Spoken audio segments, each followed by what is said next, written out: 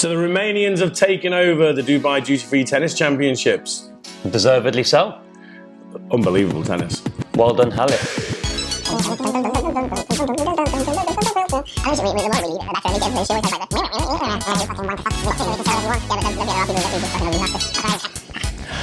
Hi, this is Paul from S2T. Stephen here, hello. And we are in the middle now of the Dubai Duty-Free Tennis Championship fortnight. So we've had the ladies' week, now we're into the men's week, but obviously there's only one place to start. And that's the TV where we've got the Qatar Open, but this is yesterday's, so don't be getting all sort of like, oh, copyright and stuff like the yesterday's, it's a repeat. We obviously weren't going to mention that, but well done. Highlight it. Yeah, it is a repeat. It is a repeat. We won't get in trouble. Yeah. By our one listener. Listener? Yeah. Our one viewer. Oh yeah, I mean, some people might listen to it, you never know. Anyway. I wouldn't want to look at this.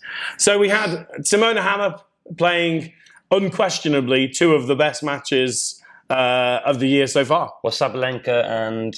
Three best matches of the year so far. Well, not Brady. No. Oh, okay. Ons Jabeur, saving match points. Sorry, yeah, good point. Then Sabalenka, and then flipping Rebekina. Is that how you pronounce it? Yeah, apparently so. Reem Abulail, who I also say her name wrong. Rybakina, Rybakova. Just boring. That's what I call her. No. Right. It's funny because I was on Dubai Eye. Thank you very much, guys, for having me. And we were talking about it, and one of the presenters said, "Oh, she's so calm. She's so this. She's so that." And I'm literally listening to what he's saying, and I'm thinking, well, okay, well, if she's calm and boring and miserable, that's. He didn't say boring. Well, she's no, calm. I said the boring. Was Bjorn Borg boring? Well, no, but that's different. Why? He was calm. Yeah. He was the Iceman. Oh, God. Maybe she's the Ice Woman. The Ice Queen, I should say. Yeah, at a time where, unfortunately, the ladies' game is struggling with numbers, etc., etc., you want to have characters, and she's not a character. She's not a character, I'll give you that. So I think it's going to get better, though, the ladies' game. However, she's outstanding. She's brilliant. Well, was that her fifth or fourth final? That was her fourth final of the year. Lost them all, but you got to. No, she won Hobart. She won Hobart. She beat Heather. Oh, beg your pardon. Oh yeah, of course. How can I forget that? So this girl has basically got the best win-loss record on the tour at the moment. She's incredible. Her first round took out Kenan. Australian Open. I say Kenan. I don't know why I can't say. You want her to become French? Kenan. Sophia Kenan. That's a tough first round match, eh? Flip an egg. And yeah, I mean, she comfortably won. She'd just come from St. Petersburg as well. So the plane flight, indoor to outdoor. I like it. People are saying, oh, that Kenin is just a one-trick pony. I'm like, the girl's 19 in the world. They're giving her bad press because she lost in the first round after winning Australia. It's like, not the easiest draw. Why would people think Kenin was a one-trick pony? Oh, you know what people like. She beat, just for those who don't know, she beat Serena at the French Open last year. She's not bad. Oh, future world number one, really, let's be honest. Yeah, possibly. Crazy eyes. We like it. I like it, though. You like everybody. I mean, well, I like Crazy. Crazy's good. Yeah. Should we get on to Simona? Amazing. Simona. I love her. Honestly, I don't know what you think, Steve, but I love the post-match interviews. She's funny. Yeah, she's got charisma. She's, again, crazy. She's got crazy eyes. Is she? Yeah. No. Yeah. Crazy eyebrows, maybe, but not crazy eyes. But she's funny. She's witty. She's sarcastic. She's basically everything that is like the opposite of our Romanian colleague. Shout out to Luka Bashowski. Yeah, he gives himself the shorter name. Luka, yes. He'll be at home now, just sitting he'll be asleep, complaining about everything. But no, she was amazing. When things got tough in a lot of her matches, she reminds me of Djokovic. Barrels down the hatches? Have I said that right? Bound down the hatches, isn't it? Bound down the hatches, and she just doesn't miss. Batten down the hatches. Batten down the hatches. Beg your pardon, I should know that, I'm English. But yeah, and she gets low, gets the ball in the court, doesn't miss. Simple as that. You get the ball in, you got a good chance of winning. I kind of felt in the final set tiebreak of the final, which she won 7-5, I think it was. Everything was pretty much on Rebekina's racket, which was that she just went for too much. She hit too many unforced errors. She hit a lot of winners. I think she hit 4 out of the 5 winners. But Simona just rock solid, did a Djokovic. Like you say, she's the female version of Djokovic. On the tour, you'd compare her to Djokovic. I wonder if she's actually going to be quite successful in the next few years, because you see the new era of ladies coming through. They've got the big spin, the variety, the slices. They're going for a bit more.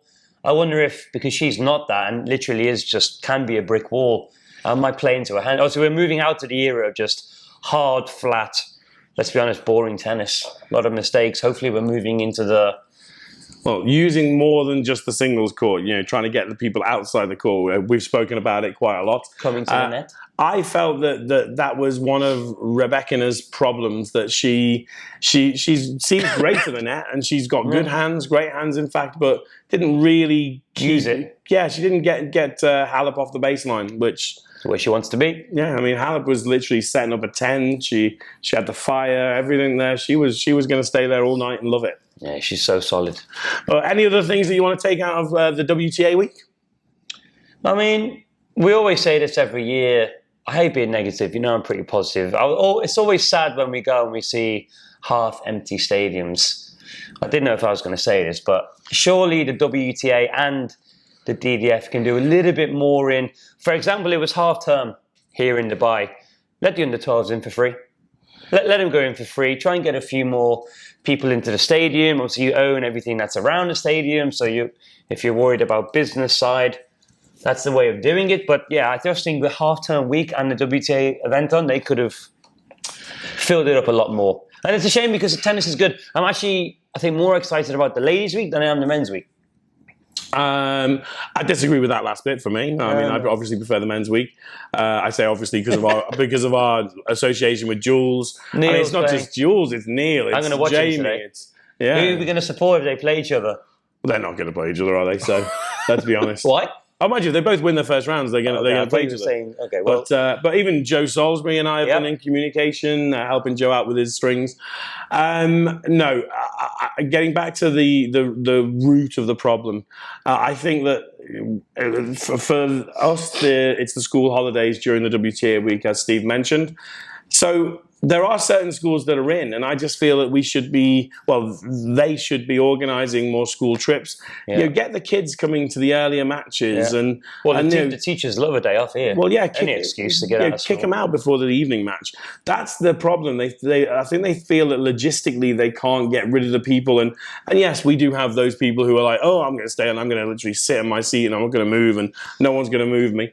But they're so few and far between. Let's organise it so that the schools that are in and certainly Emirati schools and whatnot, they should be giving them loads of passes, get loads of people through the door. The French Open do it during just the girls. Let girls in for free or something. Girls trying to get inspired by watching other female athletes. We have so many only girls schools here because of the Islamic laws, etc., etc.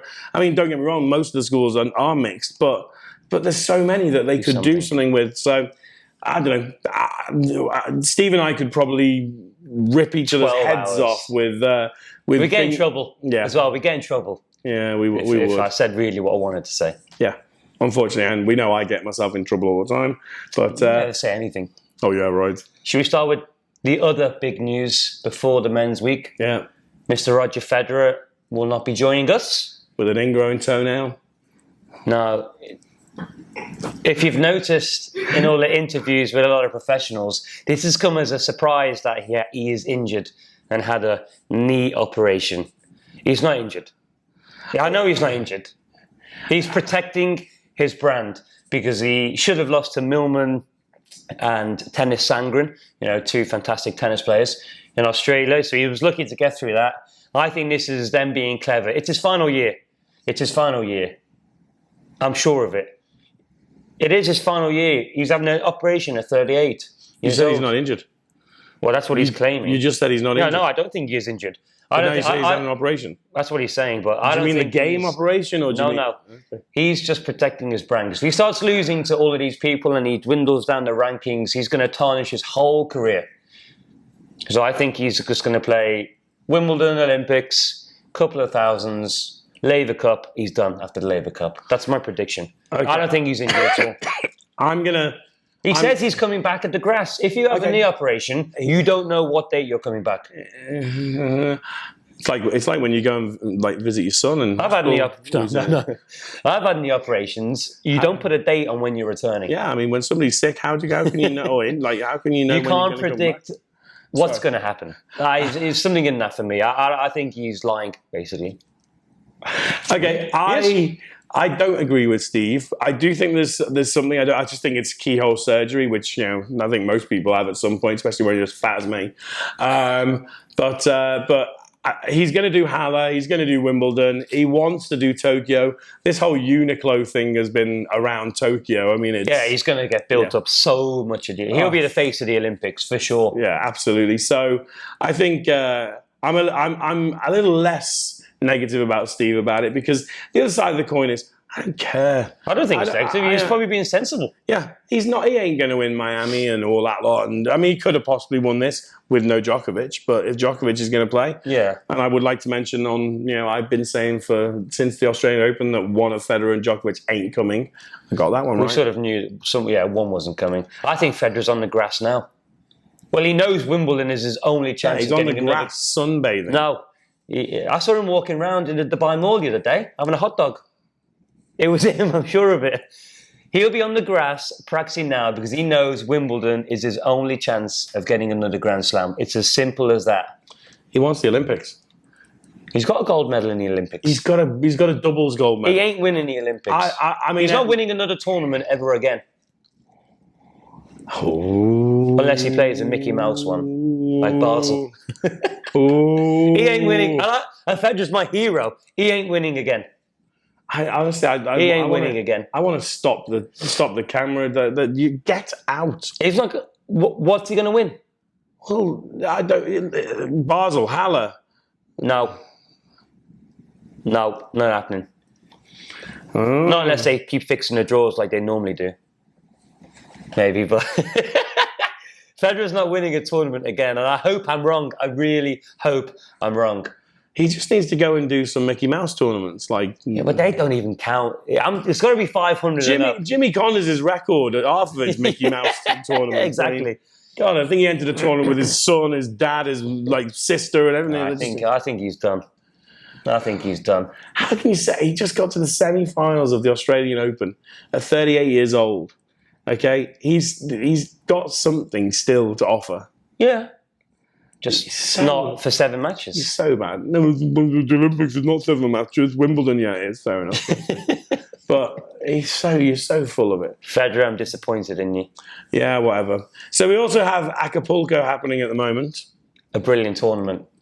One that I think is going to potentially destroy Dubai in a few years.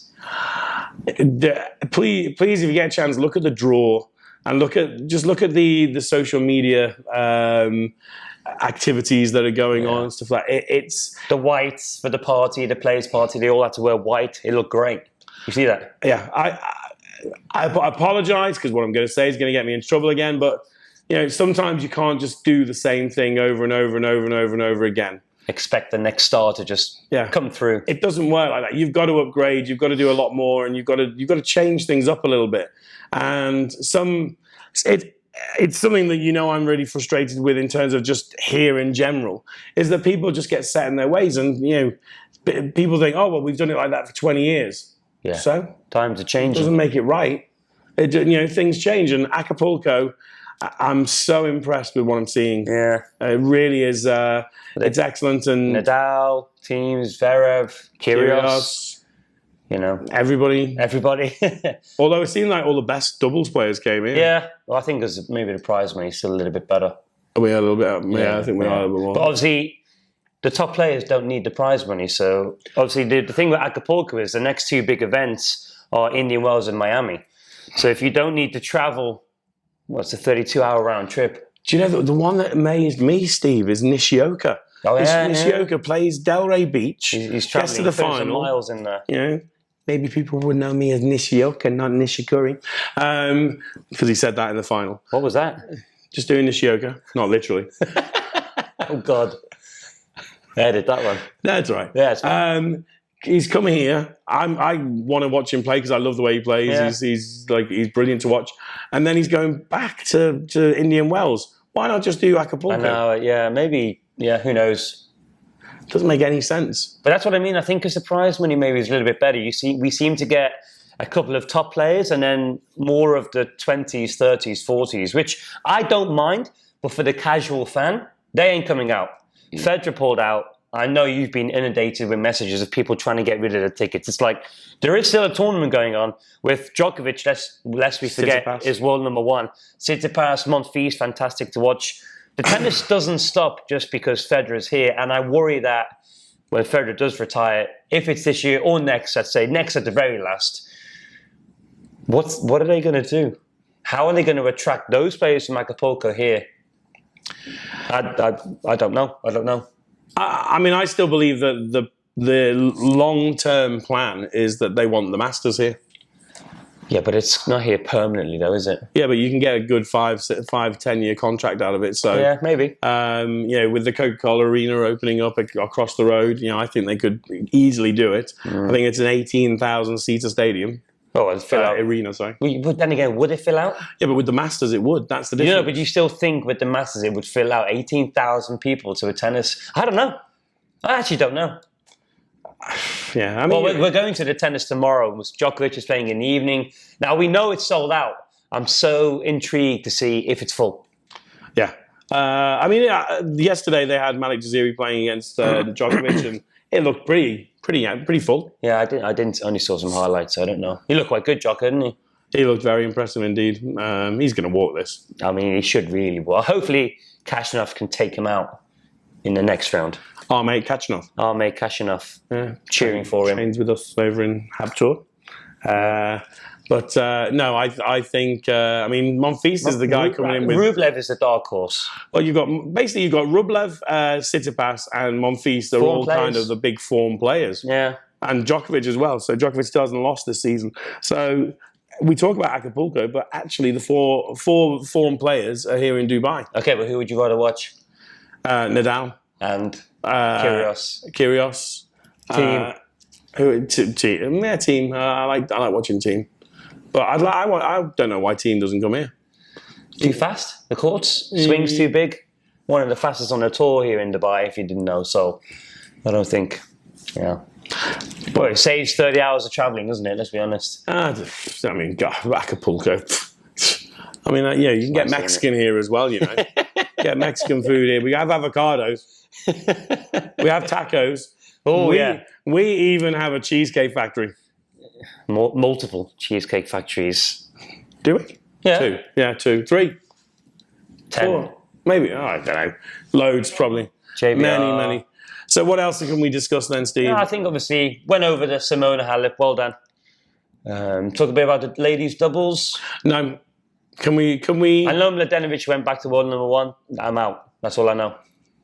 Can we try and sort of address a topic which is really starting to wind me up a little bit? Yeah, cool. Well, this could be anything. This could be any topic in the whole world. What did you say this morning at like 7 a.m. on your Facebook? About oranges, sour oranges. His oranges were too sour. They were so. I thought he was having fruit pastels or something. I don't know. Egyptian though, so they were Egyptian. Aren't they the best? Valencia oranges. No, not worth it. Too sour. Too sour. First world problems over here. Yeah. My topic, which I think we have spoken about before, but it's really, really getting me wound up now to such an extent, is what we're experiencing in our job right now, which is people not playing the game. People are just literally having coaching and then never playing. And it's, my coaching. Shame, innit? If we talk in terms of percentages, I reckon that even in my coaching groups, I think probably 5% will play a 3-set match this year. 1 3-set match this year. Yeah, it's weird. I think there's so many factors though, isn't there? Obviously, back in the UK, we can only go off what we know. Public courts, it was easier, it was cheaper. You could often walk or quickly get to a court. I think that can be an issue, but again, saying that, just to be a hypocrite, we have compound courts and all sorts of things. That's just an excuse you could say, but yeah, people really just go and have some. Not all of your tennis needs to be in a structured tennis lesson. Go and have fun on a tennis court. Be silly, hang around. It's weird, isn't it? People don't want to do it. From a kid's perspective, it really upsets me more than anything because I didn't get coached. I know you had a little bit of coaching, but I didn't get coached. We couldn't afford it.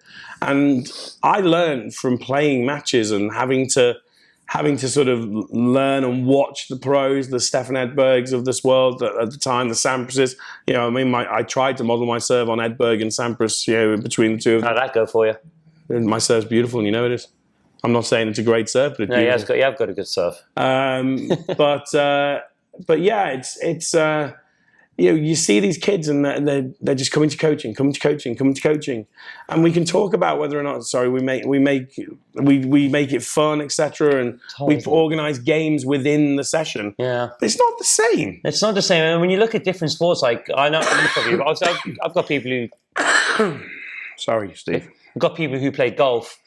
They're down the driving range for a few hours like they would do in the UK. They're playing often or with friends. I don't know, tennis here, maybe we're doing something wrong as coaches. I'm not sure what initially the answer is. Is it the people don't want to get off the backside? Outdoor sport, it's warm, sweaty, there's not always changing rooms. It's like, it's a weird thing here.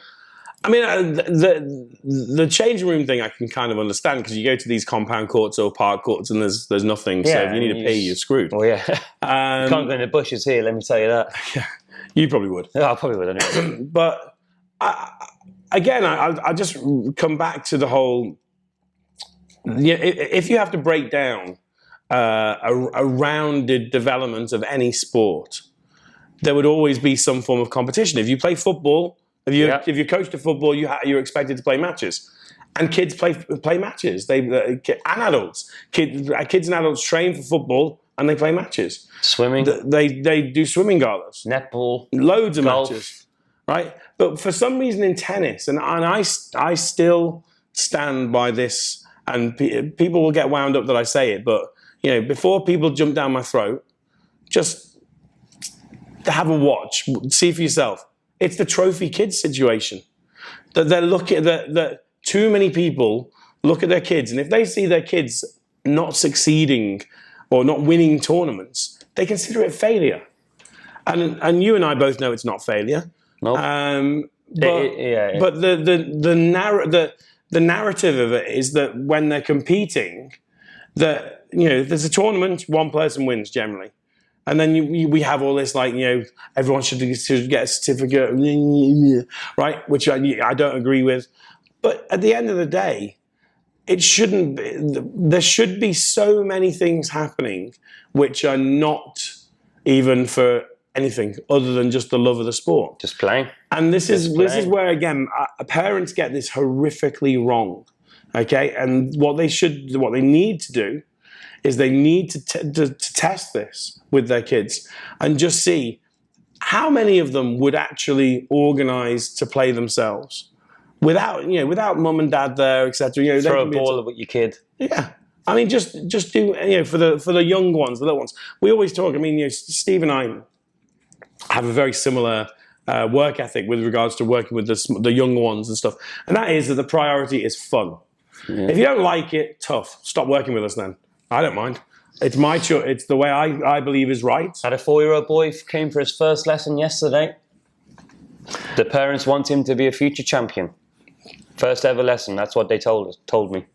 As soon as somebody tells me that, switch off. Because what's the point? First tennis lesson. He'd never played. Didn't know. Crazy. Doesn't know what's going on. He's going to be. We want him. We want him to be a champion. And you know the funny thing is about it, right? Is that we'll use Sophia Kenin. Oh, by the way, that was the nanny telling me through the phone while the parents weren't there. Okay, great. Just to let you know. So Sophia Kenin, who's now, I've said in the last podcast that I was worried that everyone's going to jump on this soul, like, oh yeah, we're going to make it. Right. Sophia Kenin was obsessed with tennis. She loved it. That's the difference, guys. She's obsessed with it. Yes, the dad might have nurtured it, or the mum and dad might have nurtured it, but you know, we've got people telling us that they want their kids to be champions and this and that and professional, who never ever throw a ball with their kids, never take them down to the courts. Don't watch the kids. Don't watch the kids. Don't do anything with the kids, and then they think they're going to be champions at it. Come on, come on, be rational. It's not rational. You know, we can guarantee your 4-year-old will become a champion. That should be our slogan. And you're going to get coaches who will say it. You'll get coaches who will say, "Oh yeah, you come to us." Yeah. But again, I could name 100 people in the last year here where I've heard it and I've seen it and I've seen them stop.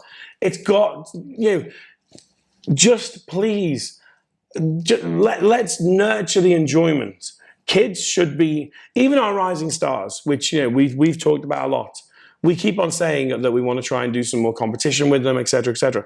The moment we set up anything competitive, the parents will pull them away from it. Yeah. So again, the development of a passion, of a love. Well, look, tennis is competitive. Tennis is gladiatorial. So you're going to have to at some stage. If you don't like the competition element of it, then I'm not suggesting you stop. Yeah, keep going. What I'm saying is, change your ambitions a little bit. Now that might come back. I didn't want to be a tennis player when I was 10 years old, 11 years old. Yeah. Okay? I wanted to be a footballer. I wanted to be the next Kenny Dalglish. I'm sure you didn't want to be a tennis player. No, I did actually. Yeah, but you've also got a love for Everton. Well, I love every sport there is. Yeah. So, but but that's the thing. And you say you love every single sport. That's the other thing here. Everyone's doing it because they're taking on sports because they see it as a way of making money. I didn't play tennis I didn't start playing tennis in the road with my brother to think I'm going to make money out of it. I'll tell you now, unless you're in the top 100, you could even say top 80, you're not making money out of tennis. Tennis, it's good if you're in that top 0.5%, but you don't. I've never got into anything for the money. That's the thing, you don't start something at 4 years old. I mean, 4 years old. I always say it, and I mean, it's so irrational, isn't it, when you think about it? Oh, I want them to start playing. I mean, I'll choose a different sport. I'll choose synchronized swimming. Okay, you don't throw them in a pool and say, right, I don't want them to swim. I just want them to do synchronized. Start dancing in the pool. Hold your breath. Hold your breath for 2 minutes. Let's see.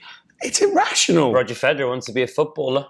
He only concentrates on tennis, I think, when he was 12. 12. He was 12. Same with Boris Becker. Nadal even. Nadal was huge football, golf. But then you've got people, even coaches turn around and say, oh, multi-sport is not the answer. You see on this is unfortunately the biggest problem that you find in all sports is that people have different theories, different mentalities, etc., etc. It's like people don't like mini tennis. They don't like mini tennis, red, orange, and green. We've had one of our colleagues say the same thing. Yeah. Now, I buy into mini tennis because it is not about, well, it's not supposed to be about the elite ones within. If you're a superstar red, move to orange. If you're a superstar orange, move to green. We're not, if you're 6 and you're an amazing green player, great, okay, fantastic. We can move. People grow at different rates. But the development and the realism is that Joe Bloggs is average. And so it's easier for them to achieve on a red court with a softer compression ball, and then so on and so forth. Your standard person. Now, we have all this arguing about, why do we do it? I never did that. Really? Doesn't matter. Really? I didn't have a phone in 1995. Does that mean I'll just stop having a phone? Because we used mobile. We didn't use mobiles then. I don't know if it was in 95. I definitely had one in 97. I remember when I got my first. I think I was 13 or 14 actually. But that was because they were just coming out. The world moves on, and I used to play tennis in the road. Right, I've got pictures. You've seen the pictures. Justin and I used to play tennis in the road. Rob used to try and steal the ball because he was a little dickhead. Okay, but I like him already. He used to try and come and just ride his bike and rob the ball and run off. Teaching you to be tough. It's teaching you toughness. Oh yeah, mental fortitude. The one that always gets me when I tell a parent that it's always good for a kid to break a bone, and they look at me like I've got 2 heads. Don't even get me started on that. Because I want them to go out there and explore, climb trees. Jump off monkey bars, be a bit silly. There was something on GMTV. There was something on GMTV yesterday with Piers Morgan. And the lady was just like, they were playing tick in school. And my son came back with a huge bruise on his face there. And I'm like... Well, she was complaining about it. Yeah.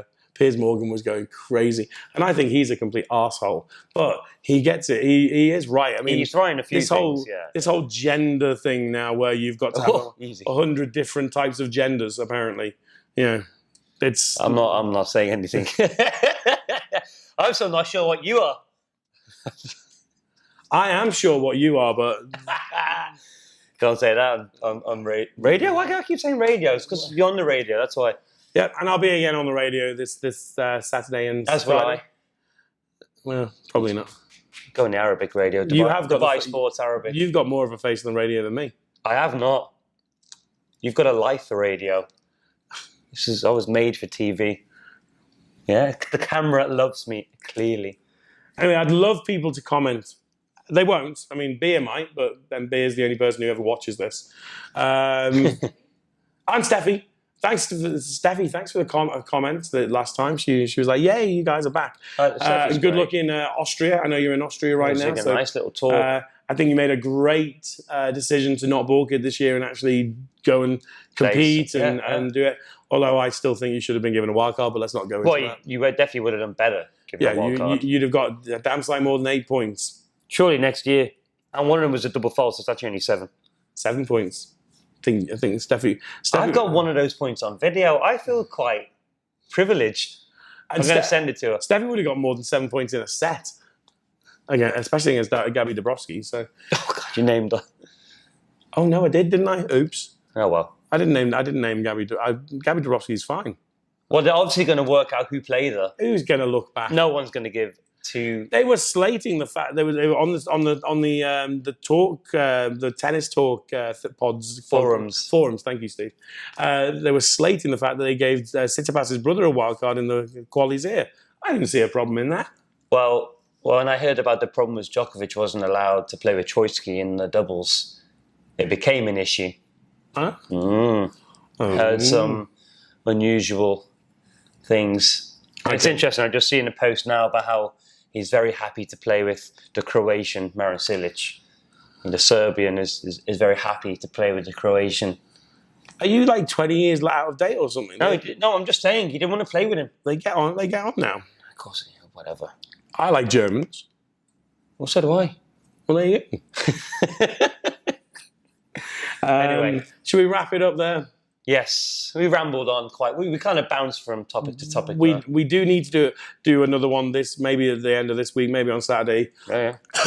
We've got. We should try and do one down there somehow, if that was even possible. I don't know how we do that. I don't know. I don't think we'd be allowed to. I think. Of course we are. But congratulations to Thierry, who was a part of the stringing team this year. Guys in the stringing room, I say it last year, I said it the year before. You guys are warriors, and the fact that they never ever mention you in the ceremony is an insult to the amount of hard work that you guys put in. They should have them on the court, I think, with the ball kids. Absolutely, they deserve so much recognition. Also, so Lawrence, Monday, and the team. I'm sorry if I know I've. We don't know them now. I guess. No. Zeri too's the part of it as well. So I just want to wish you guys well and congratulations on another successful fortnight. Awesome. Our mate Christian as well was working with Camilla Giorgi. She flew him out to Qatar, Doha, to work with her. Got through a round, almost got through to the main draw. What an amazing!